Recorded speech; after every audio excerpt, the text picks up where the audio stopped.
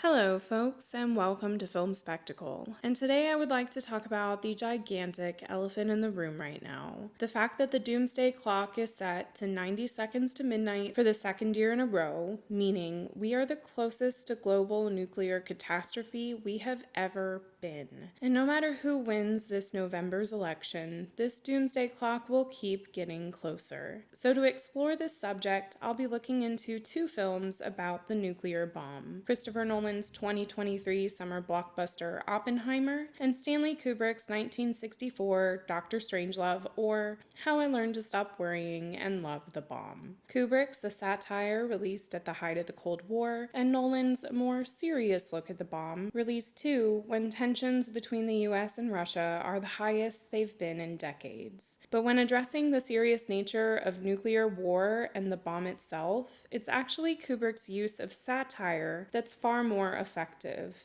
So let's get into it.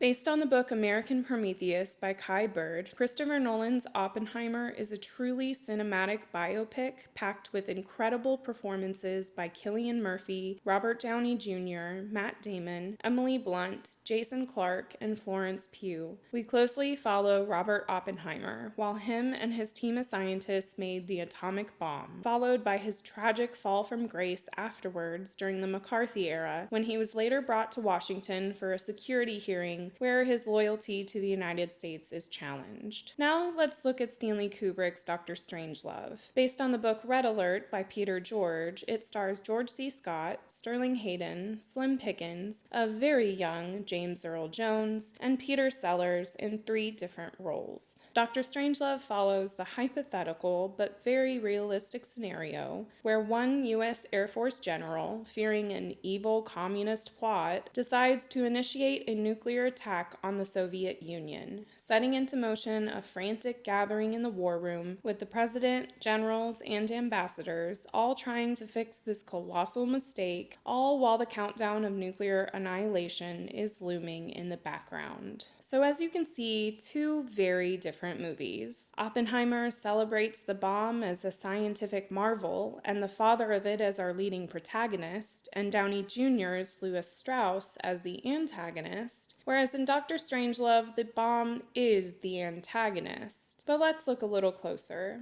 In Nolan's Oppenheimer, the big climactic moment is the Trinity test. Shot on location in New Mexico with the help of an expert special effects team and a shit ton of TNT and gasoline, plus a little enhancement from CGI, this moment is breathtaking. The music swells, heightening the tension, then all the sound and score drops, creating an eerie silence. We see a flash of light, followed by a giant blaze of raw firepower in all its glory, so big it consumes the whole IMAX screen. This one moment is the main reason audiences went in droves to see this movie in theaters. Truly, I give it to Nolan and his crew. It was an epic explosion. But here's where we need to take a moment and pay attention to the deliberate choice that Christopher Nolan made to show the Trinity test bomb in the beautiful way that he did, but to never show the dropping of the bombs on Hiroshima and Nagasaki in the film or any of the destruction from them. Instead, the audience learns of these bombs through Oppenheimer as he quietly takes in the news. So while Nolan gives plenty of screen time towards the brilliance of the bomb, he never really shows the other brutal, destructive side that killed hundreds of thousands of innocent people in Japan. And to be fair, it is considered by some to be a tasteful choice not to get too graphic, but considering the film already earned the R rating for sex and nudity, it's a very intentional decision, either by Nolan or someone above him, to not show any blood or gore from the bomb itself. And though he mentions the number of people killed from the 2 bombs and the radiation afterwards, it's all done through Oppenheimer's perspective to show how guilty he feels. But if Nolan intended to provide a statement with this film beyond how Oppenheimer was feeling at the time, then he would have shown the audience the actual consequences of the bombs on Japan. One scene in particular comes to mind, when Oppenheimer is watching a slideshow presentation of the the aftermath from the two bombs in Japan. This scene is all in one shot at one fixed angle, focusing on Oppenheimer's reaction to the slideshow. We, the audience, never actually see what he is seeing in a reverse shot. And this would have been a perfect opportunity for Nolan to show actual historical images of Japan after the bombs were dropped. Instead, Nolan stays on Oppenheimer, and by leaving this reverse angle out, he is actively softening and sanitizing the use of the bomb, all while supporting Western Empire narratives that the bomb was a justified way to end the war. And that's why I want to compare the portrayal of the bomb in Nolan's Oppenheimer to how it's portrayed in Stanley Kubrick's Dr. Strangelove. As soon as General Ripper launches the nuclear attack against the Soviets, the bomb becomes our main antagonist, bringing out the lust and hunger for war in the generals, the incompetency of the US government, and the absurdity of nuclear war to the center stage. Through exaggerated characters like Jack D. Ripper, Dr. Strangelove, and General Buck Turgidson, this film highlights the paranoia behind Cold War thinking and the utter lunacy of the arms race. Take the scene in the war room, for example, where General Turgidson, played perfectly by George C. Scott, pitches that since Ripper had already fired the first shot, they should double down and launch an all-out attack against the Soviets. This is quickly rejected by President Muffley. Kubrick's use of satire shows the audience how psychopathic this rhetoric is, how easy nuclear war can be triggered out of hysteria, and with its release during the Cold War, this message resonated powerfully with audiences well beyond the theater. Compare again to Oppenheimer, which was released in the midst of our new Cold War with Russia, and Nolan's blockbuster glorified the bomb, romanticized the creation of it, and made the background villain of his film the Soviets and communism.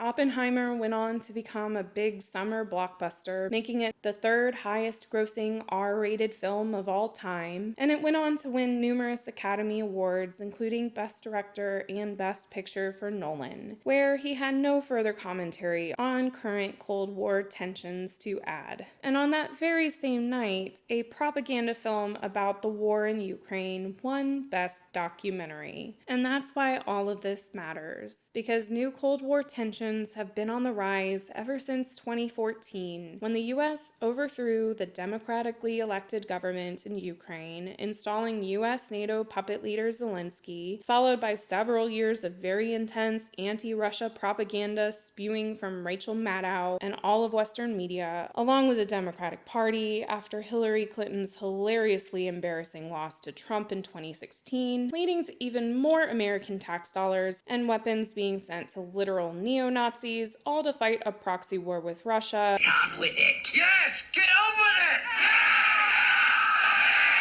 Anyways, where Stanley Kubrick chose to make a statement with Dr. Strangelove, meant to shock audiences into some sense during the height of the Cold War, Christopher Nolan chose to make a cinematic celebration of the bomb during our new Cold War. And while Nolan hinted at the disastrous side of the bomb, he ultimately justified its use against Japan in World War II, all while supporting Western Empire narratives about the Cold War, the Soviet Union, and communism, which makes it rather hard for me to see this film as anything but very good propaganda. But that's what this all comes down to, folks. Hollywood and the greater entertainment industries have become an extension of the US propaganda machine. Gone are the days of films like Dr. Strangelove, which transcended the spectacle and got audiences talking about the real threat of nuclear war and how we should work towards world peace. Instead, we're given Empire-approved stooges who happily play this role for fame and fortune. So here we are in a new Cold War, and the Bulletin of Atomic Scientists has set the clock at 90 seconds to midnight. The Biden-Harris administration continues to poke the big red Russian bear by sending long-range missiles to Ukraine, and US warmongers are already sowing seeds for war with China. And then there's Israel, which has been committing a genocide against Palestinians for nearly a full year together with full US support and is now actively bombing and terrorizing Lebanon, trying to bait a nuclear power like Iran into a first strike to start a hot war. We are living in the early days of World War III, no matter who wins this next election. It really comes down to whether we're going to do something about it or not.